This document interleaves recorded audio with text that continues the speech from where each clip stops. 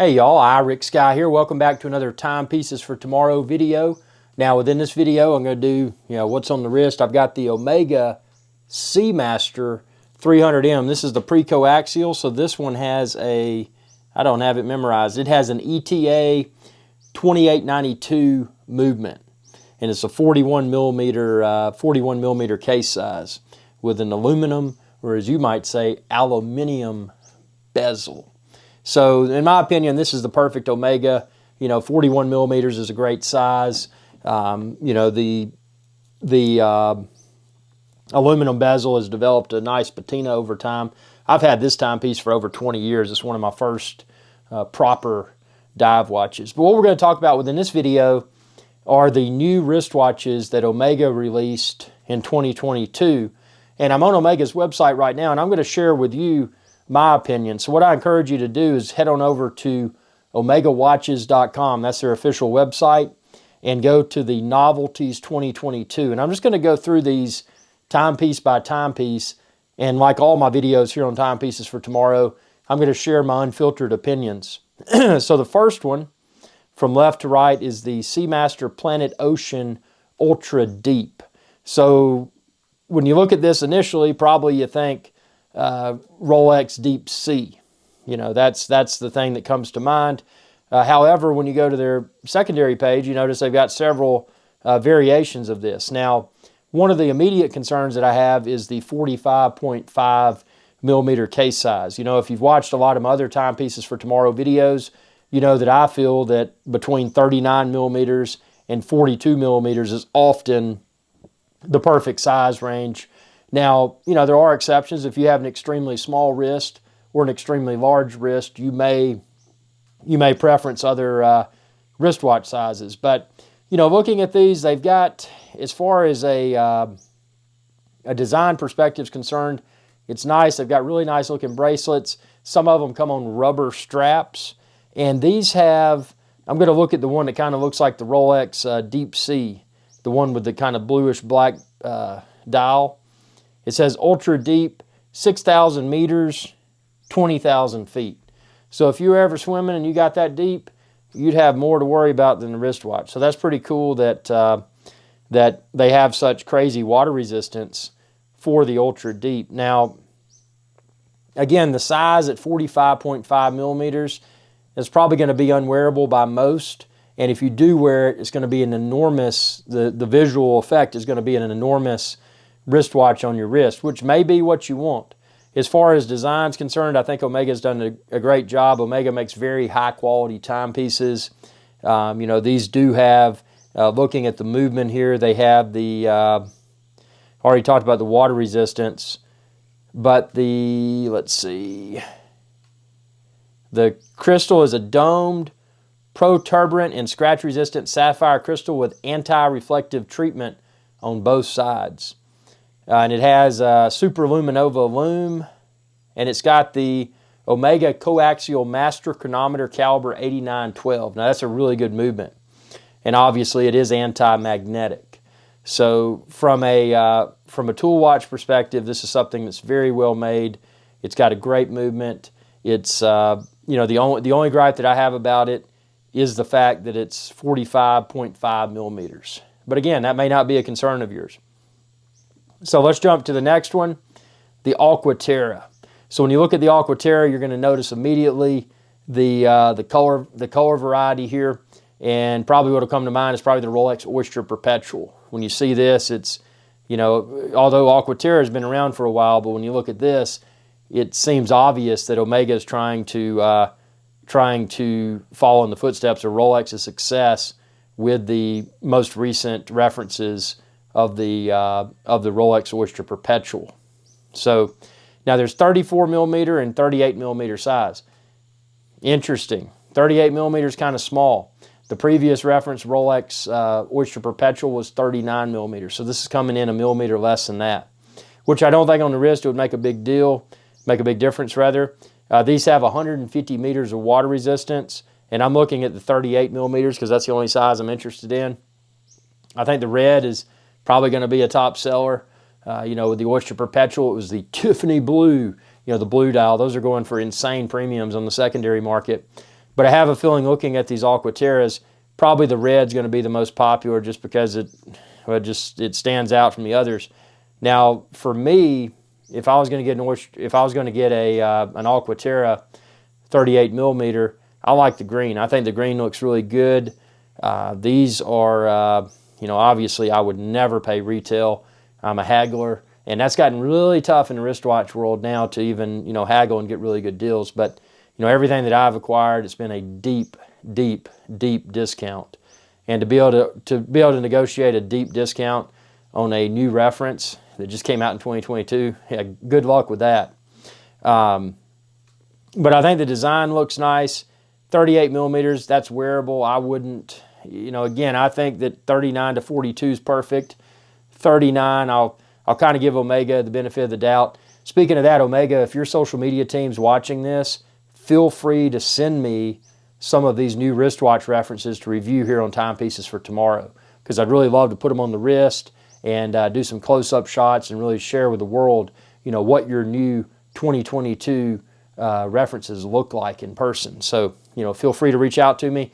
You'll see my email address at the end of this video, and this is for anybody else too. If you want to send me wristwatches to review, just email review@timepiecesfortomorrow.com, because I'm always looking for wristwatches to review here on Timepieces for Tomorrow.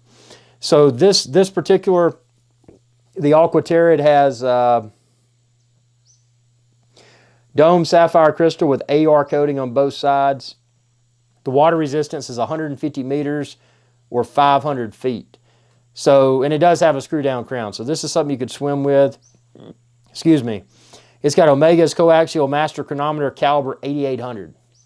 Very good movement. Obviously, this does have a date window at the 6 o'clock position, and unlike Rolex, you don't have that. Again, personal preference. This does not have the Cyclops. This does not have the date magnifier. So I think Omega's done a really good job. I like the the color variety here. And if you were just getting married or dating or whatever, and you wanted to get a wristwatch for yourself, you could go with a 38, and then you could get your girlfriend or your wife a 34. That's kind of the, in my opinion, the marketing ploy here with this particular Aqua Terra. So moving on to the SeaMaster 300M. So again, I have the SeaMaster 300M on my wrist, but this one is many, many years old. This is pre-coaxial. This has an ETA movement. It's still got 300 meters, 1,000 feet of water resistance, but this is an old reference. But I mean, it's obvious when you look at this new SeaMaster 300M that was released in 2022. I think the green looks really cool. And without a doubt, if one wonders, well, why did Omega release a green SeaMaster? To my knowledge, and comment below if I'm wrong, I don't think Omega's ever released a SeaMaster in green. They've had multiple variations of the SeaMaster 300M, but I don't think they've ever released one in green. So I think it looks cool. I mean, immediately what comes to mind is the Kermit, or in this case probably the Hulk, or the Sermit, or the Hulk, or the Sermit. Also, I've often referred to as a Starbucks. Actually, this would probably be more like the Hulk, because it's got the green dial and the green bezel. But this does have the Omega Master Chronometer caliber 8800. I think that's the same movement that was in the Aqua Terra. I'd have to flip back and sandy check myself. But this one has greater water resistance. It's 300 meters, 1,000 feet, just like the old school Omega SeaMaster 300M that's on my wrist. Aesthetically, this looks very, very similar to the old reference, except obviously this one has the ceramic bezel, and mine, of course, is aluminum. So that's a little bit. Now I say it's ceramic. Let's see. Yeah, green ceramic bezel with a white enamel diving scale. So it does have the ceramic bezel. So you're getting newer technology. You're getting better movement. You've got the date. Curiously enough, the date on this current reference, SeaMaster 300M Diver, is at the 6 o'clock position. On my old school one, it's at the 3 o'clock position. And like this one, it doesn't have a date magnifier. One thing you get with this current reference, SeaMaster 300M, is an exhibition case back where you can see the Omega Master coaxial 8800 movement. So that's pretty cool. I think Omega's done a really good job with this Diver 300M. And at 42 millimeters, that's only a size increase of 1 millimeter. I can do that. You know, again, I feel that 39 to 42 millimeters is the perfect size for most people. I know it's the perfect size for me, and I mean, I'm not saying I'm most people, but you know, ultimately, I'm looking at these things that I like for myself. So yeah, 2 thumbs up for the Diver 300M, and I do like that it's in green. I think that's cool. Now we're going to jump over to the SpeedMaster, Omega SeaMaster 57. Again, 2022 release. They've done an incredible job with this. If you look at the bracelet, the references that are on bracelets, they do have a tapered bracelet, which is cool. You know, that's something I wish they had done with the 2022 reference of the Omega SeaMaster 300M. Why didn't they taper the bracelet? I mean, it's the same. I'm sure it's, you know, from a design perspective, it's a little bit different, but it's got the same aesthetic as this bracelet on this old school Omega SeaMaster 300M that I have on my wrist. So I really like the bracelet on the SpeedMaster. I wish we could get that on the SeaMaster 300M. The case size is perfect at 40.5 millimeters, 40.5 millimeters. I think that's the perfect case size. They've got a variety of dials to choose from. They've even got a green one and a red one. I think those look really cool. And you can also go with a leather strap. Again, always buy a wristwatch on a bracelet if it's a wristwatch that comes with a bracelet option. But I'm just going to look at the green one because all of these are, you know, from a specs perspective, they should be similar. It has an exhibition case back. It has the Omega Master Coaxial 9906 movement. So a very nice movement. Like the other SpeedMasters, it does not have screw-down pushers. So, you know, if getting in the water is of concern, this isn't something you'd want to wear. It's only got a water resistance rating of 5 bar, which is 50 meters or 167 feet. So, you know, maybe wash your hands in it, you know, maybe jump through a sprinkler or something, but don't go swimming with it or don't take a shower or a bath with it. So it's, it has the, let's see, it has a date at the 6 o'clock position. And then it's, and some people may not like this, it's got the two little sub-dials. Some people, you know, they like the Rolex Daytona that has the 3 and no date. But this has the 2 sub-dials and then a date at the 6 o'clock. From a visual perspective, this looks very similar to the Tudor Black Bay Chrono that I have, that I really like, the Tudor Inverted Panda. So I like this. I like how it's kind of got the old style look. Some gripes that I have about it, and again, this is this type of watch. It doesn't have the screw-down pushers, which limits where I could wear it. If they had just included screw-down pushers, it could be something you could wear anywhere, like a Submariner or an Omega SeaMaster 300M, but it doesn't.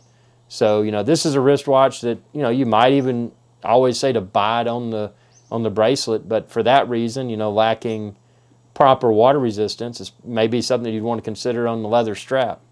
But I would always get the leather strap on the secondary market and you know, buy it from the authorized dealer with the bracelet. And that's just my opinion. But I think they've done a good job. I like the color combinations. I really like the green, and I think the red is cool. So yeah, that's the new SpeedMaster, SpeedMaster 57. Moving along to the Constellation. Let's see what they've, 41 millimeter. I've never been a fan of this style wristwatch, but not to say they didn't do a good job. I think, you know, looking at this in 41 millimeters, and I'm going to look at the blue one, the blue bezel one. Let's see, it's got it's a 41 millimeter case, and it has a white ceramic dial and date window at 6 o'clock. Let's see what that, it's got dome sapphire crystal, obviously, anti-magnetic like the other one. It's got the Omega Coaxial Master Chronometer caliber 8900, which is a good movement. I'm trying to see if it tells what this, see this bezel material, when you look at this, it kind of has a, I'm assuming it's probably a ceramic bezel. Just the way the photo looks. Again, I haven't held these in person. Omega, social media team, marketing team, if you're watching this, please reach out to me. Review at timepiecesfortomorrow.com, because I'd love to get my hands on some of these new 2022 Omega wristwatch references and have them here on upcoming Timepieces for Tomorrow videos. But yeah, it looks like it's probably a ceramic bezel. I don't, speed reading here, I don't see mention of ceramic, which is interesting. Let's see. So that's kind of a, it's only got, I mean, obviously this is not a swim watch, but it's got 50 meters, 167 feet of stated water resistance. So, not something you'd want to get wet. But it does have an exhibition case back, and I think it does, for a Constellation, even though it's not my style, I think it looks good. And then we jump over to other 2022 Omega releases. We get into the 29 millimeter Constellations and 28. Those are women's watches. I could care less about that. So with everything being said, what do I think? What are my honest opinions? And again, Omega, if you're watching this, please reach out to me. Please send me some samples to review here on Timepieces for Tomorrow. And not necessarily Omega. If you're an authorized dealer and you want to reach out to me, reach out to me. Or, I need the hands-on to review this stuff. So, yeah, these look good. Obviously, I'm not personally interested, although I think it looks like it's well made, and I'm sure it is. Not personally interested in the ultra deep Planet Ocean. It's too big on the wrist. The Aqua Terra looks interesting, but it's too similar to the Oyster Perpetual, and looking at that, I would rather have an Oyster Perpetual instead.